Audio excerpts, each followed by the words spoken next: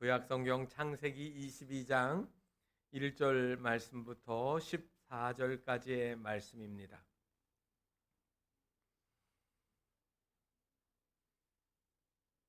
창세기 22장 1절 말씀부터 14절까지의 말씀입니다. 함께 봉독합니다. 그 일 후에 하나님이 아브라함을 시험하시려고 그를 부르시되 아브라함아 하시니 그가 이르되 내가 여기 있나이다. 여호와께서 이르시되 내 아들 내 사랑하는 독자 이삭을 데리고 모리아 땅으로 가서 내가 내게 일러준 한 산 거기서 그를 번제로 드리라. 아브라함이 아침에 일찍이 일어나 나귀의 안장을 지우고 두 종과 그의 아들 이삭을 데리고 번제에 쓸 나무를 쪼개어 가지고 떠나 하나님이 자기에게 일러주신 곳으로 가더니 제3일에 아브라함이 눈을 들어 그곳을 멀리 바라본지라. 이에 아브라함이 종들에게 이르되 너희는 나귀와 함께 여기서 기다리라. 내가 아이와 함께 저기 가서 예배하고 우리가 너희에게로 돌아오리라 하고 아브라함이 이삭 번제 나무를 가져다가 그의 아들 이삭에게 지우고 자기는 불과 칼을 손에 들고 두 사람이 동행하더니 이삭이 그 아버지 아브라함에게 말하여 이르되 내 아버지여 하니 그가 이르되 내 아들아 내가 여기 있노라. 이삭이 이르되 불과 나무는 있거니와 번제할 어린 양은 어디 있나이까. 아브라함이 이르되 내 아들아 번제할 어린 양은 하나님이 자기를 위하여 친히 준비하시리라 하고 두 사람이 함께 나아가서 하나님이 그에게 일러주신 곳에 이른지라. 이에 아브라함이 그곳에 제단을 쌓고 나무를 벌려놓고 그의 아들 이삭을 결박하여 제단 나무 위에 놓고 손을 내밀어 칼을 잡고 그 아들을 잡으려 하니 여호와의 사자가 하늘에서부터 그를 불러 이르시되 아브라함아 아브라함아 하시는지라. 아브라함이 이르되 내가 여기 있나이다 하매 사자가 이르시되 그 아이에게 내 손을 대지 말라. 그에게 아무 일도 하지 말라. 내가 내 아들 내 독자까지도 내게 아끼지 아니하였으니 내가 이제야 내가 하나님을 경외하는 줄을 아노라. 아브라함이 눈을 들어 살펴본즉 한 순양이 뒤에 있는데 뿔이 수풀에 걸려 있는지라. 아브라함이 가서 그 순양을 가져다가 아들을 대신하여 번제로 드렸더라. 아브라함이 그 땅 이름을 여호와 이레라 하였으므로 오늘날까지 사람들이 이르기를 여호와의 산에서 준비되리라 하더라. 아멘. 오늘은 스승의 주일이라 우리 어린이들이 나와서 오늘 성경 암송하고요. 그리고 찬양을 하나님께 드리겠습니다.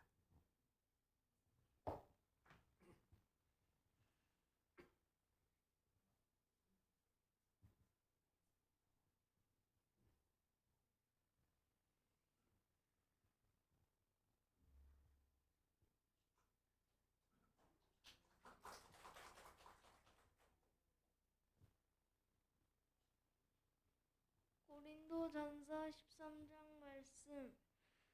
내가 사람의 방언과 천사의 말을 할지라도 사랑이 없으면 소리나는 구리와 울리는 꽹과리가 되고 내가 예언하는 능이 있어 모든 비밀과 모든 지식을 알고 또 산을 옮길 만한 모든 믿음이 있을지라도 사랑이 없으면 내가 아무것도 아니요. 내가 내게 있는 모든 것으로 구제하고 또 내 몸을 불사르게 재줄지라도 사랑이 없으면 내게 아무 유익이 없느니라. 사랑은 오래 참고 사랑은 온유하며 시기하는 자가 되지 아니하며 사랑은 자랑하지 아니하며 사랑은 교만하지 아니하며 무리에 행치 아니하며 자기 유익을 굳지 아니하며 성내지 아니하며 악한 것을 생각하지 아니하며 불의를 기뻐하지 아니하며 진리와 함께 기뻐하고 모든 것을 참으며 모든 것을 믿으며 모든 것을 바라며 모든 것을 견디느니라. 아멘. 무민한 사람은 악인들의 길을 따르지 아니하며 죄인들의 길에 서지 아니하며 오만한 자들의 자리에 앉지 아니하고 오직 여호와의 율법을 즐거워하여 그의 율법을 주야로 묵상하는도다. 그는 시냇가에 심은 나무가 철을 따라 열매를 맺으며 그의 잎사귀가 마르지 아니함과 같으니 그가 하는 모든 일이 다 형통하리로다. 악인들은 그렇지 아니하며 오직 바람에 나는 겨와 같도다. 그러므로 악인들은 심판을 견디지 못하며 죄인들이 의인들의 모임에 들지 못하리로다. 무릇 의인들의 길은 여호와께서 인정하시나 악인들의 길은 망하리로다. 시편 23편 말씀. 여호와는 나의 목자시니 내게 부족함이 없으리로다. 그가 나를 푸른 풀밭에 누이시며 쉴만한 물가로 인도하시나이다. 네 영혼을 소생시키시고 자기 이름을 위하여 의의 곳으로 인도하시나이다. 내가 사망의 음침한 골짜기로 다닐지라도 해를 두려워하지 않을 것은 주께서 나와 함께 하심이라. 주의 지팡이와 막대기가 나를 안위하시나이다. 주께서 내 원수의 목전에서 내게 상을 차려주시고 기름을 내 머리에 부으셨으니 내 잔이 넘치나이다.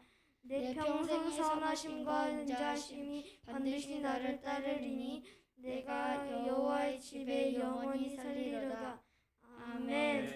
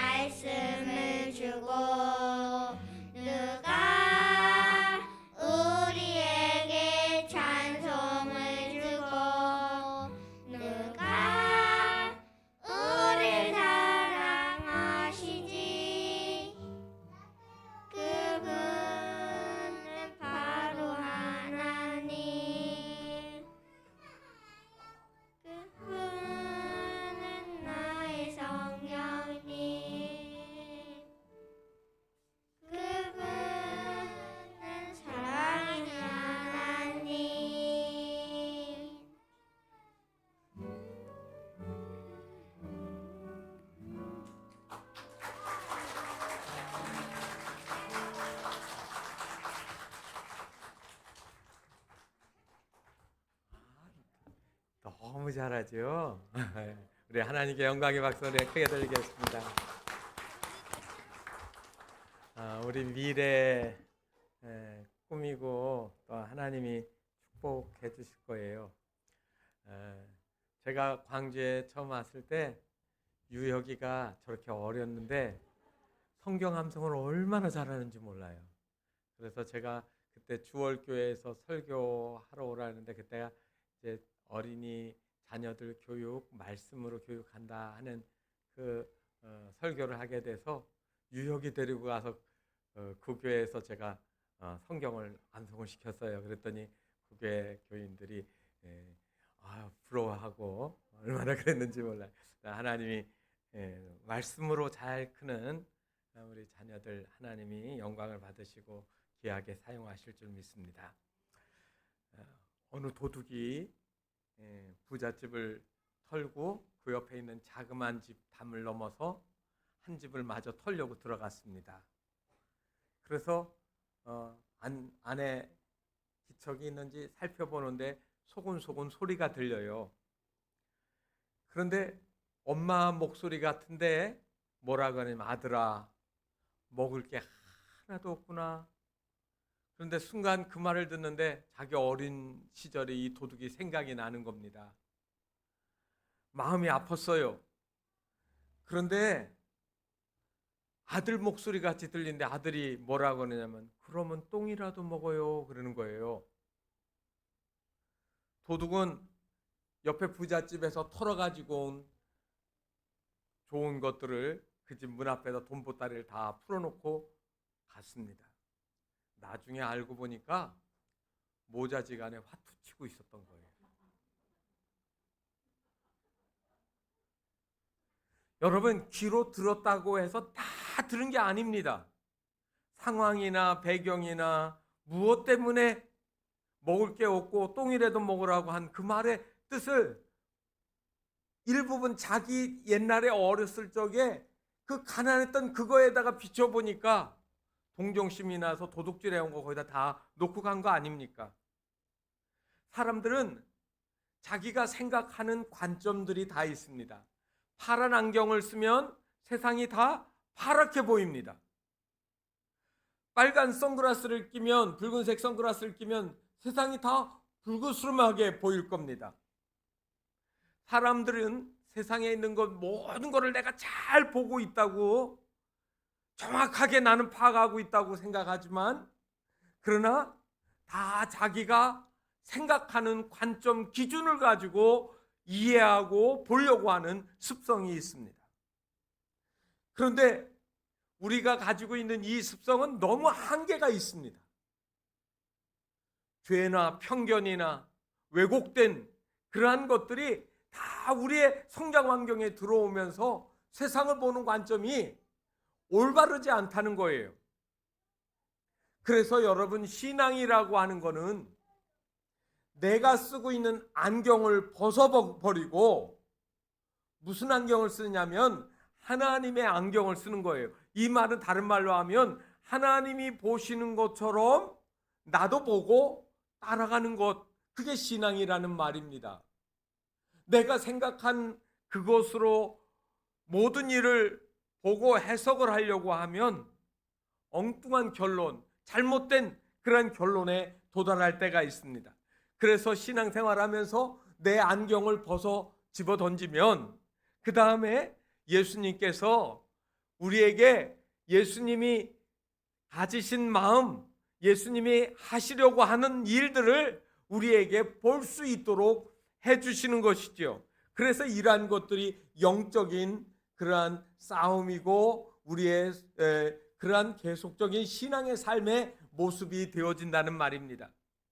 하나님의 관점이라는 책을 제가 지난번에 한번 말씀을 드렸는데 이 책을 쓰신 토미 테너라고 하는 분은 그가 쓴 이 하나님의 관점이라는 책 서문에서 자기의 경험 한 가지를 먼저 소개를 했습니다. 어린 딸이 어렸을 때 그 도시에서 제일 크고 그리고 화려한 백화점에 그 딸을 데리고 갔습니다. 엘리베이터 문이 탁 열리는데 엘리베이터가 아주 상당히 큰 엘리베이터인데 아주 거기에 백화점의 장식이 데코레이션이 잘 돼 있었습니다. 그러니까 이 딸이 보고 눈이 휘둥그레져 가지고 하고 감탄에 맞지 않았어요. 그런데 그 엘리베이터가 다시 한층 위로 올라가니까 사람이 타기 시작했습니다. 또 올라가니까 또 탑니다.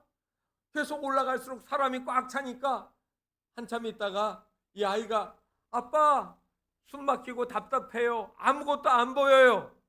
지금 아이 눈에는 뭐가 보여요? 어른들의 다리, 엉덩이, 그죠? 아무것도 이런 것들을 볼 수가 없어요. 그러니까 아이가 안 보인다고 칭얼대면서 아빠 나 좀 안아주세요. 그래서 이 아빠가 딸을 번쩍 안아가지고 자기 어깨 높이만큼 들었습니다. 그러니까 어떻게 됐습니까? 다시 보이기 시작하는 거예요.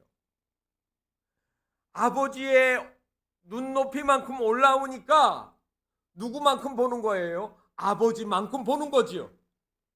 여러분, 하나님의 관점이라고 하는 이 말은 우리가 내가 생각하는 이 세상의 기준으로 세상을 보고 이해하고 해석하는 것이 아니라 하나님이 생각하는 시야로 내 시야를 높여주는 거예요.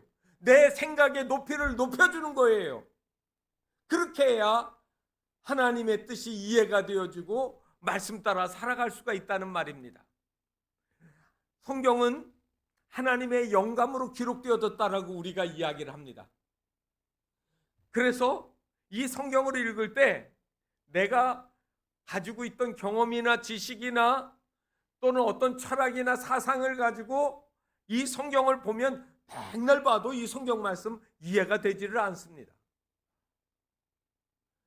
바로 그러한 부분들이 성경에 여러 군데가 나오거든요.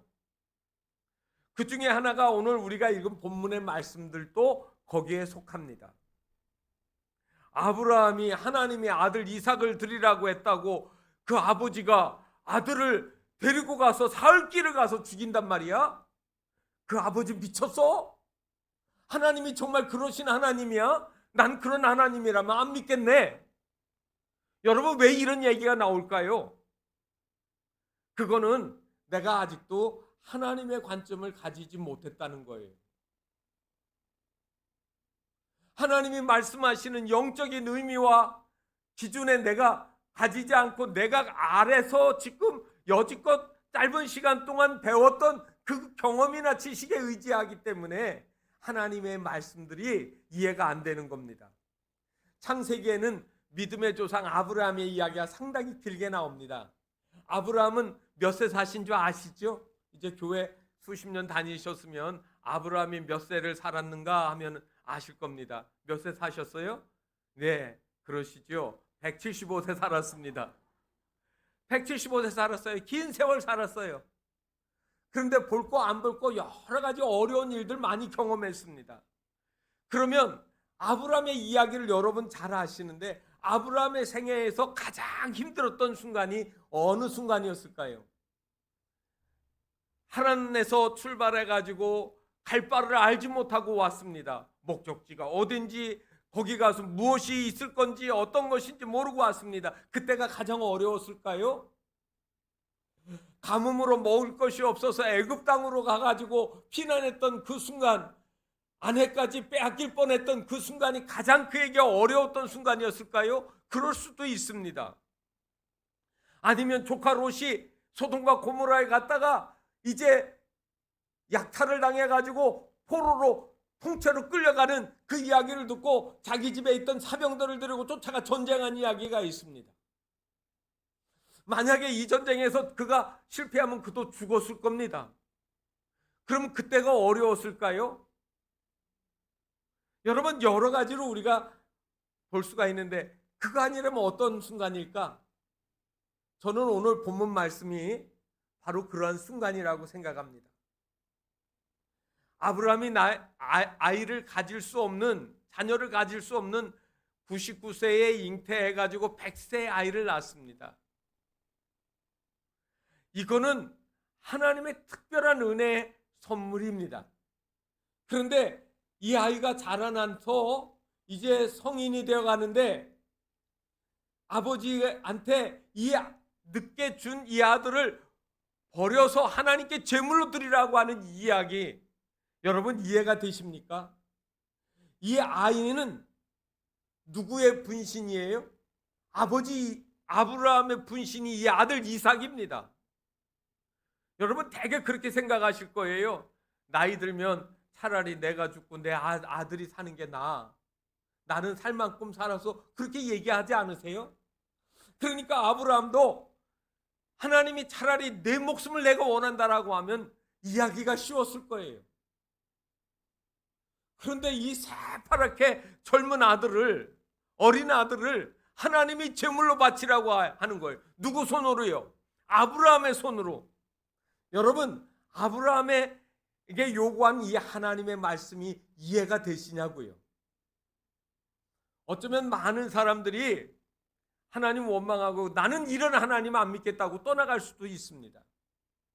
이해하기 어려운 고난이 닥칠 때마다 하나님 왜 나에게 이런 시련과 고난을 주십니까? 라고 하는 질문들 우리가 많이 하지 않습니까?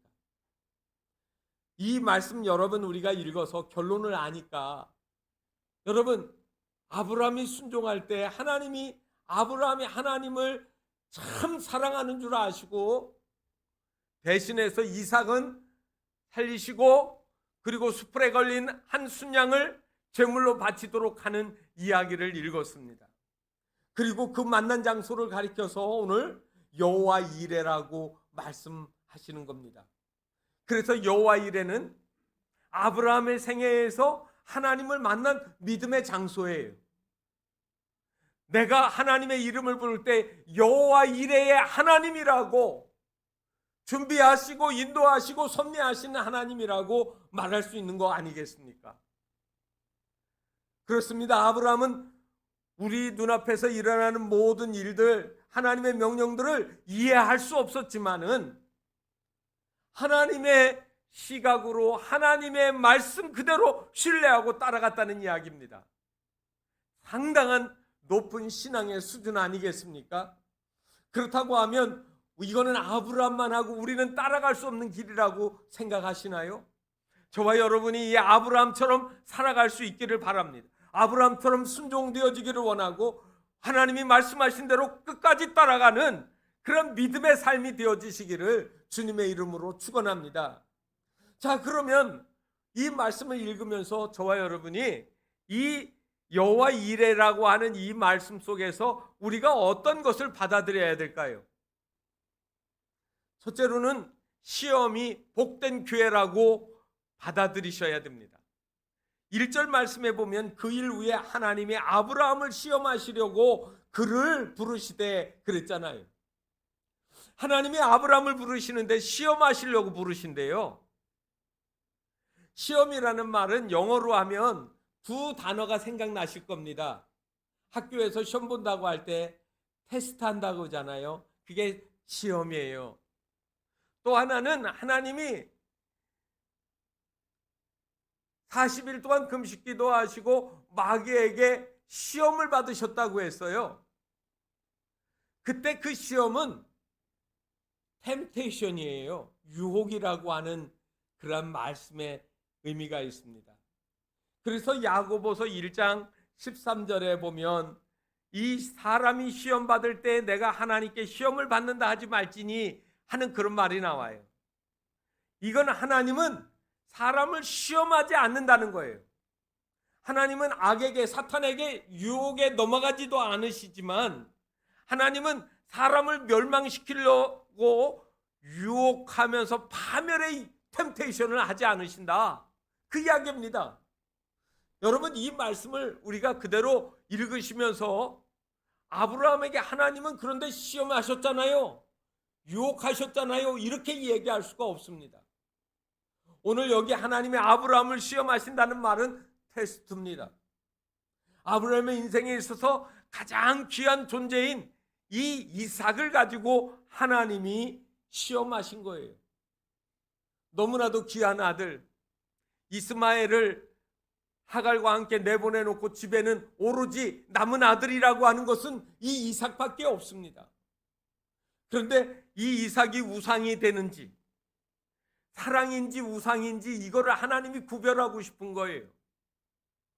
그래서 하나님을 더 사랑하는지 아들 이삭을 사랑하는지. 정말로 이런 시험은 어려운 시험 아닙니까? 하나님이 아들 이삭을 죽여 번제로 드리라고 하는데 이거 정말로 시험에 들 만한 시험 아닙니까? 그래서 많은 사람들이 이 테스트 시험을 하면서 시험이 들어가지고 믿음을 포기하고 그리고 넘어지는 경우가 많이 있습니다. 제가 오늘 여러분들에게 이 말씀을 하니까 여러분 긴가민가 하시는데 제가 질문 2가지 하겠습니다. 여러분 혹시 옛날에 학교 다닐 때 생각해 보십시오. 학교 다닐 때 중간고사도 있고 기말고사도 있고 모의고사도 있고 이렇게 시험이 있는데 그때 시험 볼 때마다 기분이 너무 좋아서 아싸 이제 시험 보는구나 신난다 막 그래가지고 소화도 잘 되고 먹기도 잘하고 잠도 잘 오고 그러셨던 분 손 들어보세요. 하나도 없어요. 한 가지 더요. 그러면 이 정말로 사람의 마음속에 부담을 주고 힘들게 하는 이 시험이 나쁜 거라고 하면 여러분들이 이거 영원히 우리 학교에서 우리 애들도 이 고생 안 하게 이거 학교에서 다 시험 없애자고 하신 분 손 들어보세요. 없잖아요. 그러면 부담되고 나쁜데 왜 시험을 안 없애려고 하십니까? 아무래도 말하지 않아도 아시는 거예요. 시험은 좋아하거나 즐거워하는 분은 없지만 그럼에도 불구하고 시험이 필요한 이유는 이 시험을 통해서 아이들에게 모자라는 거 무엇인지를 깨닫게 해주고 그리고 시험 내는 거는요 제일 꼭 필요한 거 그거 시험에 나오는 거예요. 이거 알아야 되는 거. 그러니까 여러분 우리 신앙생활에서 하나님이 꼭 알아야 되는 부분을 가지고 우리를 시험하신다는 거예요. 그러니까 여러분 인생의 학교에서 하는 거 삶의 시험도 마찬가지지만 이 시험 때문에 하나님은 우리 인간을 바라보시는 거예요. 하나님 참 사랑하는지 정말 올바르게 믿음의 길을 가고 있는지 이 시험 때문에 건방졌던 인생들이 좀 겸손해지고 내려놓게 되어지고 하나님 사랑하게 되어지고 하나님께 기도도 하게 되고요. C.S. 루이스라고 하는 이 옥스퍼드 대학의 교수였던 이분이 학교에서 강의를 할 때 학생들이 질문을 했습니다. 비판적인 질문을 한 거죠. 뭐라고 하느냐면 하나님 계시다면 인생에 왜 이 알 수 없는 비극과 재난이 많이 일어납니까? 왜 하나님이 설명하기 어려운 고난을 우리에게 주십니까? 라고 하나님 없다라고 주장하면서 질문을 했습니다. 그랬더니 그 학생들의 질문에 이 교수님이 이렇게 말했습니다. 그렇지 않아도 인생들이 교만하기 짝이 없는데 만일 고난마저 없다고 하면 인생이 얼마나 교만해질까? 하나님은 우리에게 고난을 주실 때 겸손해지는 거예요. 내가 육체적으로 건강하다고 하는데 그거 맹신하지 말라는 거예요. 언젠가 우리가 하나님 앞에 갈 수밖에 없는 연약한 질그릇이라는 것이죠. 흙으로 만들어졌다라는 거 기억하라는 거예요. 그렇지만 이 고난이 결코 버려지는 고난이 아니라는 겁니다. 야고보서 1장 2절부터 4절 말씀 여러분 잘 아시는 말씀들 제가 읽어드리겠습니다. 내 형제들아 너희가 여러 가지 시험을 만나거든 온전히 기쁘게 여기라. 어떻게 여기라고요? 화내라고요? 기쁘게 여기래요. 왜요? 이는 너희의 믿음의 시련이 인내를 만들어내는 줄 너희가 알미라. 온 인내를 온전히 이루라. 인내해봐라 이 말이에요. 이는 너희로 온전하고 구비하여 조금도 부족함이 없게. 이 부족함이 없다는 말은 성숙한 하나님의 사람이 되게 해주시겠다는 얘기입니다. 그러므로 여러분 우리가 어려운 일을 당할 때 그 어려운 거를 낙심하지 말고 하나님이 날 사랑하시며 부르시며 인도하는 삶의 한 과정에서 중요한 의미로 받아들이셔야 된다는 말입니다. 또 하나는 이거를 어떻게 극복할까? 극복의 방법이 문제가 있는데 이게 믿음입니다. 시험은 아까 말씀드렸지만 제일 중요한 것 가르쳐 줍니다. 옛날에 선생님이 칠판에다 막 많이 써줬어요. 옛날에는요. 그렇게 해놓고 쓰다가 해서 밑줄 쫙 긋고 밑줄 쫙, 이거 시험에 나와 별표 하나 딱 하고 체크해놓고 그랬는데도 틀려요. 시험 나온다고 선생님 밑줄 쫙 했는데, 이거 중요하다고 시험 나온다고 했는데도 틀리는 인생은 어쩔 수 없지요. 시험은요, 우리 인생에서 제일 중요한 겁니다. 아브라함에게 제일 중요한 것이 뭐였어요? 이삭입니다. 뭐 낙타도 나귀도 그 다음에 집에 있는 다이아몬드도 금이도 이거 다 아니에요. 이거는 그냥 물질이에요.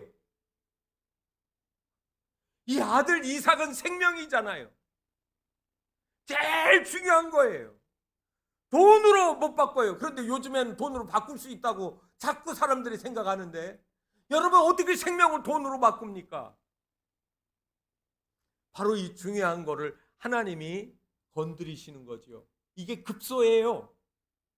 우리 몸에는 급소가 여러 군데 있어서 운동할 때 잘못 한 대 치면 그거 맞으면 사람이 빵 나봐 자빠지고 기절도 하고 죽을 수도 있어요. 하나님은 그에게 가장 중요한 급소를 건드리시는 거죠.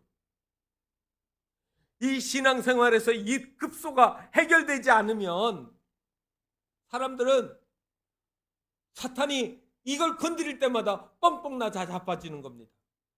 어떤 사람은 물질의 급소인 사람이 있어요. 이 사람은 언제나 물질 때문에 시험이 들고 모든 세상을 물질의 관점으로만 보는 사람이에요. 어떤 사람은 자기 지식, 자기 경험, 이게 급소예요. 다른 사람이 자기하고 다른 이야기하면 금방 팩 달라지는 겁니다. 나는 죽어도 이거 못 받고. 여러분, 사상적으로 이 물들면은 전향하지 않는 사람들이 있잖아요. 공산주의 빨간 거 물들어가지고 끝까지 전향하지 않고 북으로 간 사람들 이야기가 그런 거 아닙니까? 이거 건드리면 자기 인생 다 끝나는 줄 알아요.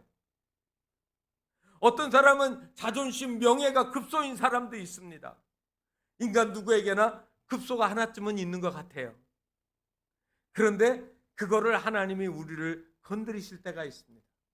지금 하나님은 아브라함에게 제일 급소인 아들 이삭을 데리고 내가 내게 제시한 모리아의 한 산으로 가서 거기서 번제를 드리라는 하나님의 명령을 내렸습니다.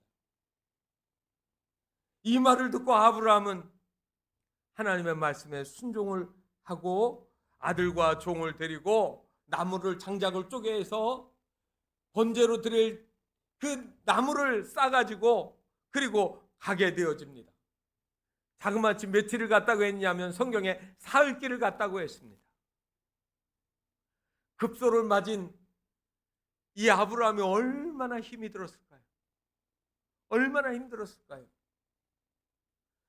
가면서 끙끙대면서 얼굴이 흑빛으로 변하고 입은 배짝배짝 타오르고 그리고 진땀은 나고 아무 말도 하기 싫어졌을 거예요. 사흘길이 말이 사흘이지 자기 인생이 죽어나가는 그 순간이 아니겠습니까? 그런데 이 아버지의 마음을 미처 헤아리지 못하는 이삭이 궁금한 마음에 아버지한테 질문을 했습니다. 아버지, 제사 드릴 불과 나무는 있는데 번제할 어린 양은 어디 있습니까? 번제할 어린 양이 지금 아브라함의 마음에는 하나님의 말씀대로 바로 너야.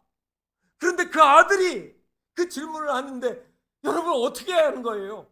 미치겠지요. 어떻게 자기의 마음을 추스릴 수 없을 거예요. 그런데 아브라함이 그때 이런 말을 합니다. 8절입니다. 아브라함이 이르되 내 아들아, 번제할 어린 양은 하나님이 자기를 위하여 친히 준비하시리라. 거짓말했을까요? 여러분, 성경 연구가인 제임스 스토롱이라는 이 학자는 모리아라는 뜻을 이렇게 해석을 했습니다. 모리아의 그 모리라는 말은 마르에라는 어근에서 왔고 야라는 말은 야훼, 그래서 이거는 여호와를 가리키는 말이다 이렇게 설명을 했습니다. 그래서 이 말은 여호와께서 야훼께서 보신다. 우리말로 요즘 말로 하면 여호와 하나님이 보신다 그 말이에요. 여러분, 모리아라고 하는 곳은 하나님이 보시고 있는 곳이에요. 그리고 이 말은 뒤에 여호와 이레라는 말하고 서로 맞닿아 있습니다. 여러분, 여호와 이레 거기 이 뜻이 뭔지 여러분 질문하면 뭐라고 대답하세요? 여호와께서 준비하셨다 그래요. 여호와 보신 거 아니잖아요. 준비하신다고 하잖아요. 그런데 이 말이 서로 다 있어요. 어떻게 다 있느냐면, 여러분, 그 여호와라는 말은 말 그대로 스스로 계신 하나님을 가리켜요. 나는 스스로 있는 자, I am who I am이라고 하나님이 그렇게 모세한테 말씀하셨을 때 그게 야훼, 여호와라는 말의 뜻이에요. 그리고 이레라는 말은 준비하다는 말인데, 이 말은 provide라고 하는 공급하다라는 말이 준비하다는 말로 되어 있어요. 그런데 이 공급하다라는 이 provide라고 하는 영어 단어는 명사로 쓰면 provision이에요. 이 provision이라는 말은, pro라는 말은 앞에 이전에 미리라는 말의 뜻이 되고, 비전이라는 말은 본다라고 하는 말이거든요. 그러니까 여러분, 여호와 이레는 말은 하나님이 다 보고, 넓게 해석을 하면 하나님이 다 보고 준비하셨다. 여러분, 우리가 하나님의 말씀에 따라 어떻게 순종하는지 하나님이 다 보고 계세요. 상세하게 들여다보고 있는 것이죠. 그리고 우리의 필요를 거기에서 다 공급해주고 준비해놓고 계시는 것이죠. 여러분, 어떻습니까? 이런 하나님을 여러분들이 만나고 또 믿고 따라가야 될 하나님이 아니신가요? 그런데 아브라함은 궁금한 게 아직도 있습니다. 아들 이삭을 데리고 모리아 산으로 갔던 그 믿음의 그 내면이 뭐냐 하는 겁니다. 그 내면, 그 안에 뭐가 들어 있습니까? 아브라함은 자기 아들을 제물로 바쳐야 될 걸 아는데 왜 갔을까요? 숨은 뭐가 있지 않겠습니까? 22장 5절 말씀에 보면 종들에게 한 말에 이런 말이 나와요. 이에 아브라함이 종들에게 이르되 너희는 나귀와 함께 여기서 기다리라. 내가 아이와 함께 저기 가서 예배하고 우리가 너희에게로 돌아오리라. 우리가 여러분, 단수입니까 복수입니까? 하나입니까 둘입니까? 둘이에요. 그러면 아브라함이 그냥 둘러댄 애둘러 한 말이라고 생각하시면은 아무런 문제가 없는데, 지금 이 순간, 이 중요한 순간에 그냥 우리가 다시 돌아온다라는 말을 그렇게 하는 그 내면이 뭐가 있지 않겠습니까? 아브라함은 하나님의 신실하심, 하나님의 완벽하심, 하나님의 사랑하심, 이런 거에 대한 의심을 가지지 않은 것 같습니다. 그 이야기를 우리가 보면서 하나님은 아브라함에게 이삭을 주셨을 때 번성하고 생육하고 번성하게 해주신다고 하는 그 약속을 아직도 붙잡고 있는 거예요. 여러분, 하나님의 번성하게 한다는 약속과 제물로 드리라는 말은 서로 모순되어지고, 그리고 같은 이야기가 아니잖아요. 하나는 살리는 이야기고 하나는 죽이는 이야기잖아요. 신앙과 현실이 갈등을 이루고 있을 때 여러분, 그때 여러분 어떻게 하겠습니까? 무조건 하나님 믿고 따라가야 되지 않을까요? 여러분, 이 아브라함의 마음을 나중에 히브리서 11장에 보게 되어지면 설명을 쭉 해놨습니다. 11장 17절 18절에 보면 이렇게 말합니다. 아브라함은 시험을 받을 때 믿음으로 이삭을 드렸으니 그는 약속도를 받은 자로 돼. 약속은 뭐예요? 내 몸에서 낼 아들이 내 후사가 되고, 그리고 그로 말미암아 하늘의 별처럼 땅의 모래처럼 내 자손이 많아질 거라고 하는 하나님의 약속이에요. 그 약속을 받았어요. 그러면서 그는 여러분 어떻게 해요? 그 외아들을 드렸느니라. 그래서 히브리서 11장 18절 그에게 이미 말씀하시기를 내 자손이라 칭할 자는 이삭으로 말미암음이라 하셨으니 그가 하나님이 능히 이삭을 죽은 자 가운데서 다시 살리실 줄로 생각한지라. 여러분, 이 말씀은 누가 하신 말씀이에요? 하나님이 신약 시대의 성도들에게 하나님의 감동으로 되어져서 설명하신 이야기예요. 저는 이 설명에 다른 말을 덧붙이면 안 된다고 생각합니다. 아브라함이 아들을 데리고 당당하게 모리아 산으로 올라갈 때 그의 마음속에는 하나님의 약속의 신실함을 믿고 있었던 거예요. 이삭을 바치는 이 자리에서 하나님을 믿었던 이 아브라함은 아들을 결박해서 제단에 놓고 그리고 칼을 높이 들어서 죽이는 것까지 순종하려고 했던 이 마음속에는 부활의 신앙이 있었다는 말입니다. 부활의 신앙이 아니면 어떻게 이거를 설명할 수가 없습니다. 그래서 하나님은 이 아들을 하나님께 아끼지 아니하는 이 아브라함을 가리켜서 하나님이 말씀하시는 거예요. 내가 이제야 내가 하나님을 경외하는 줄을 아노니. 여러분, 우리 인생의 역경과 시련 그리고 위기를 수도 없이 넘어서 우리가 한 걸음 한 걸음 천국을 향해 갑니다. 여호와 일에 하나님의 은혜가 그러한 순간마다 여러분들의 삶에 나타날 수 있기를 주님의 이름으로 축원합니다. 이 모리아의 제단에서 어린 양을 준비하셨던 그 하나님이 오늘 2021년 이 광주 땅에 사는 우리 교우들한테 동일하게 나타나셔서 말씀하시는 거예요. 나는 여호와 일의 하나님이야. 모든 것을 다 보고 관찰하고 준비하고 계시는 하나님이야. 하나님은 이 모리아 제단에 이삭을 제물로 바치는 그곳이 어떻게 되게 만든 줄 아세요? 나중에 그 모리아 산이 바로 예루살렘 성전이 솔로몬이 지었던 성전이 되었습니다. 그래서 모리아의 그 산이 예루살렘 시온산이에요. 그리고 여러분 그곳에 또 세월이 지나서 예수 그리스도의 십자가가 갈보리 골고다에 세워져서 우리를 대신하여 번제물이 되어주시는, 희생제물이 되어주시고 우리를 걸쳐주시는 살아계신 하나님의 능력이 거기에서 나타나게 하신 겁니다. 그러기에 모리아는 여러분 세상 멀리하고 하나님을 가까이 하는 산입니다. 세상 것 다 내려놓고 내가 하나님께 승부를 거는 거예요. 나는 하나님께 올인하는 거예요. 모리아는 그런 면에서 세상을 보지 않고 하나님을 크게 보는 그 순간입니다. 돋보기에 매그니파이 한다고 하거든요. 그런데 매그니파이가 여러분 또 다른 뜻이 있어요. 찬양한다는 말이에요. 매그니파이라고 하는 그 영광송을 보면 하나님을 높이 찬양하라고 하는 그런 의미를 담고 있거든요. 돋보기로 보면 작은 것이 크게 보입니다. 어떻게 보여요? 하나님이 크게 보이기 시작하는 겁니다. 하나님을 들여다보면 들여다볼수록 하나님의 신묘막측하고 위대하고 거룩한 모습이 우리의 삶에서 보여지고 깨달아지는 것, 신이 나는 거죠. 하나님의 안경은 참 신나는 것 같습니다. 죄인이 의인으로 보이시거든요. 문제와 고난이, 환난이 하나님의 시각으로 보면 시시한 거예요. 이게 모든 인생에 끝나는 게 아니라는 거죠.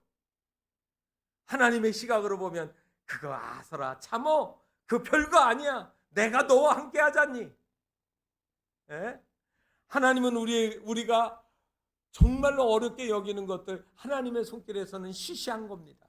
간단한 겁니다. 염려하지 마세요. 우리 하나님은 엄청난 분입니다. 위대하신 분입니다. 그 하나님이 우리와 함께 하신다.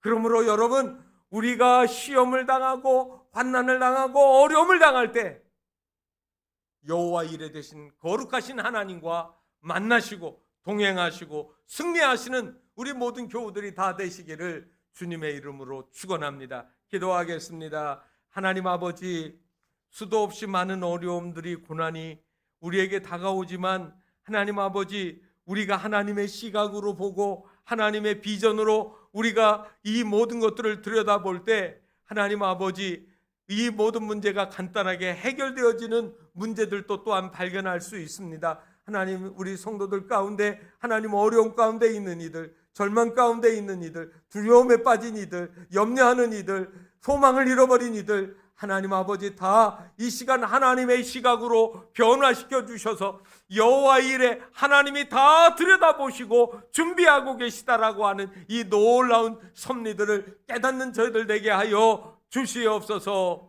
예수 그리스도의 이름으로 기도하옵나이다. 아멘.